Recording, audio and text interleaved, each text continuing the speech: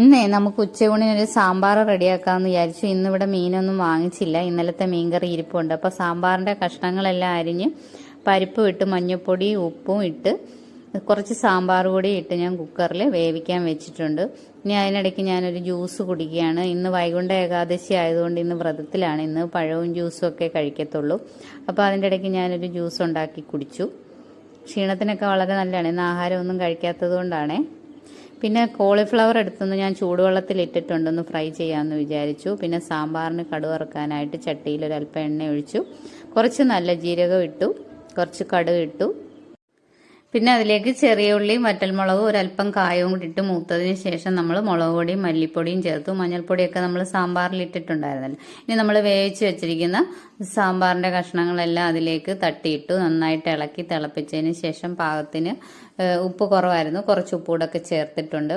പിന്നെ ഞാൻ കുറച്ച് പിഴുപുള്ളിയും കൂടെ പിഴിഞ്ഞൊഴിക്കുന്നുണ്ട്.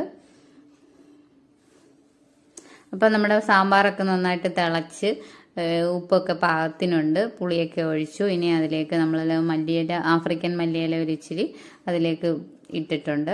ഇനി നമുക്ക് നമ്മുടെ കോളിഫ്ലവർ റെഡിയാക്കാം. കോളിഫ്ലവർ ചൂടുവെള്ളത്തിൽ നിന്നൊക്കെ കഴുകി വെച്ചിട്ടുണ്ട്. അതിന് വേണ്ടിയിട്ടുള്ള മസാല ഇഞ്ചിയും വെളുത്തുള്ളിയും കുരുമുളകും കൂടെ ചതച്ചതാണ്.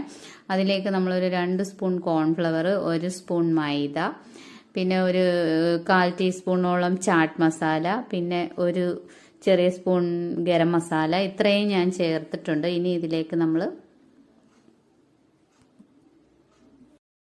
ഇനി ഇതിലേക്ക് ടൊമാറ്റോ സോസും പാകത്തിന് ഉപ്പും ചേർത്ത് കുറച്ച് വെള്ളവും കൂടെ ചേർത്ത് നന്നായിട്ടൊന്ന് കലക്കിയെടുക്കണം. ഒരുപാട് ലൂസായി പോകരുത്, ഒരുപാട് കട്ടിയായി പോകരുത്. നമ്മുടെ കോൺഫ്ലവർ ഒന്ന് തിളച്ച വെള്ളത്തിലേക്ക് ഇട്ടൊന്ന് വേവിച്ചെടുക്കുന്നുണ്ട്. പിന്നെ ഇതിലേക്ക് നമ്മളൊരു പകുതി നാരങ്ങയുടെ നീരും കൂടെ ചേർക്കുന്നുണ്ട്, ഒരല്പം പുളിക്ക് വേണ്ടിയിട്ട്.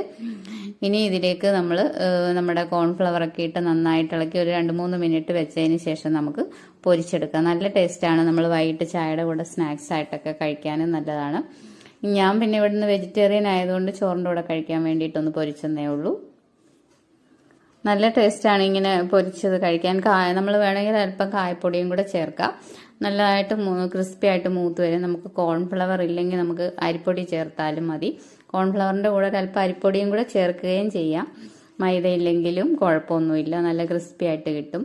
അപ്പോൾ നല്ല അടിപൊളി കോൺഫ്ലവർ ഫ്രൈ ഇവിടെ റെഡി ആയിട്ടുണ്ട്. നമ്മളതൊക്കെ ഒരു ടിഷ്യൂ പേപ്പറിലേക്ക് ഇട്ട് കുറച്ച് എണ്ണയൊക്കെ ഒന്ന് കുറയാൻ വേണ്ടി. അപ്പോൾ ഇന്നത്തെ ഉച്ചയൂണിന് നമ്മൾ സാമ്പാർ ഉണ്ടാക്കി, കോളിഫ്ലവർ ഫ്രൈ ചെയ്തു, പിന്നെ പപ്പടം വറുത്തു, പിന്നെ ഇന്നലത്തെ മീൻകറി ഉണ്ട്, ചമ്മന്തി ഉണ്ട്. അപ്പോൾ അത്രയൊക്കെ ഉള്ളൂ ഇന്നത്തെ ഉച്ചയൂണിന്. ഇന്ന് ഏകാദശി പ്രമാണിച്ച് ഒരു വെജിറ്റേറിയൻ ആണ് ഇന്ന് ഉണ്ടാക്കിയത്. ഇപ്പം നമ്മുടെ ഷോർട്സിനൊക്കെ 3 മിനിറ്റ് ഉണ്ട്.